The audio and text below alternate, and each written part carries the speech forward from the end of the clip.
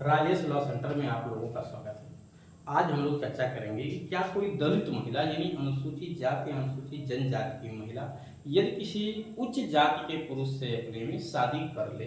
तो क्या उसके साथ हुए अत्याचार पे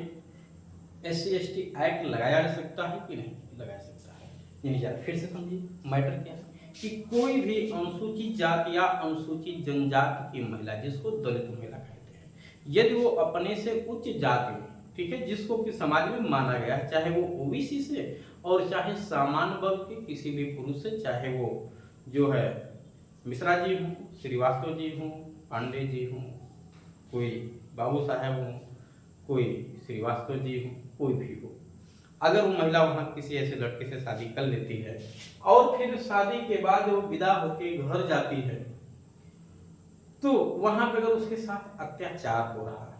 देखिए एक बात बता दें, ये ज्यादातर एक तो समाज में शादी ऐसी होती नहीं, बहुत कम होती है, लेकिन जो लव मैरिज लोग करते हैं, लड़की लड़का भाग के कर रहे हो शादी या जैसे भी कर रहे हो, चाहे सर्विस में आके कर रहे हो या बिना सर्विस में ही आके कर रहे हो, ऐसी स्थिति में शादी हो गई, कुछ समय तो घर के लोग खुश रहते हैं, उसके बाद लड़की जाती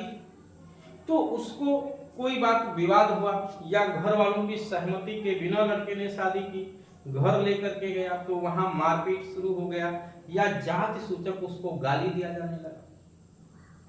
खुद चाहे लड़का भी शामिल हो सकता है उसमें, वो भी गाली दे रहा है पत्नी को अपनी उसी जाति का नाम लेकर के, या वो लड़की के साथ में है केवल जो है उसके घर के लोग, घर में जो भी लोग रहते हैं सभी की बात मैं कर रहा हूँ, वो लोग उसको ऐसी गाली दे रहे हैं, या पास पड़ोस के लोग गाली दे रहे हैं, घर के लोग नहीं दे रहे हैं, पास पड़ोस के लोग दे रहे हैं क्योंकि लड़की की जाति जान रहे हैं सब लोग। तो अब एक प्रश्न यहाँ पे ये है कि क्या लड़की अगर शादी कर लेती है तो उसकी जाति बदल जाती है? तो सामान्य नियम के अनुसार कानून यही है कि लड़की जिस जाति में शादी कर लेती है उसी जाति की लड़की हो जाती है।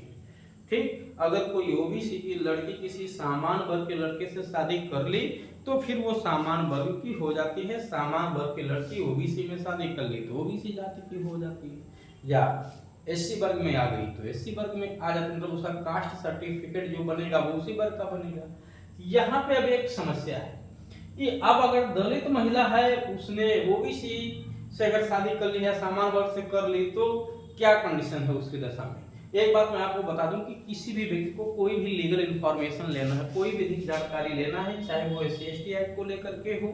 या किसी सक्सेशन यानी उत्तराधिकार का मामला हो, वसीयत का मामला हो या कोई अन्य आपराधिक मामला हो, आप इस दिए गए नंबर पे अपनी सुविधा अनुसार जानकारी ले सकते हैं कॉल करके। हाँ, उसकी जो उचित फीस है, लीगल फीस है, वो आपको जमा करनी पड़ेगी। चलिए, तो ऐसी स्थिति में कानून में यानी जो SC/ST एक्ट 1989 है या जो उसका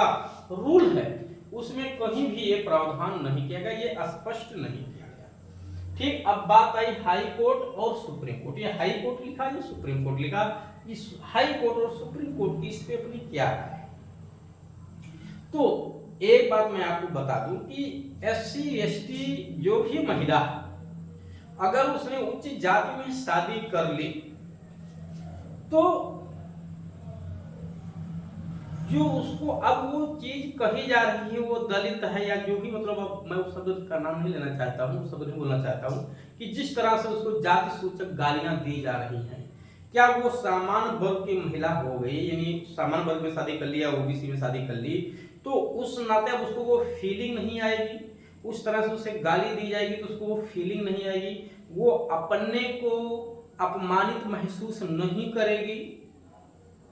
ठीक है, जरा आप समझ लीजिए, जैसे आप OBC हैं, सामान्य वर्ग हैं, ठीक है, जो वर्ग के आधार पर लोगों को बांटा गया है, OBC को शूद्र कहा जाता है, ठीक है, और दलित को खैर दलित है ही, ये जिस आधार पे वर्गीकरण किया गया है, अगर आप कितने भी बड़े पद पे पहुंच जाओ और आपको कोई व्यक्ति उस तरह के शब्दों का प्रयोग करके आपको सूचित करता है तो आप अपने को अपमानित महसूस करेंगे कि नहीं, आप अपने को और समाज आपको उस हिसाब से जो है अपमानित महसूस करेगा कि नहीं, आपको ग्लानि होगी कि नहीं होगी, निश्चित तौर से होगी। तो यहाँ पे हाई कोर्ट ने भी और सुप्रीम कोर्ट दोनों ने भी अपने अलग अलग निर्णयों में ये कहा है कि शादी कर लेने से उस महिला की जाति नहीं बदल जाएगी। इस एक्ट के प्रयोजन के लिए ध्यान दीजिएगा। यानी अगर महिला ने शादी कर लिया उस जाति में और उसके साथ इस तरह से गाली गलौज होता है, जात सूचक बात समझिएगा, उस जात का संबोधन करके अगर उसको गाली दी जाती है, जैसा कि SC/ST एक्ट में जो भी प्रोविजन है, जो उसके एसेंशियल एलिमेंट्स हैं उनके साथ, उन शर्तों के साथ आप करते हैं तभी एक्ट लगेगा। ऐसा नहीं किसी SC/ST महिला को या पुरुष को आपने कोई भी गाली दे दी तो SC/ST एक्ट लग जाएगा, नहीं। जो उसकी मानक है उनके साथ गाली देंगे तभी ये एक्ट लगेगा। तो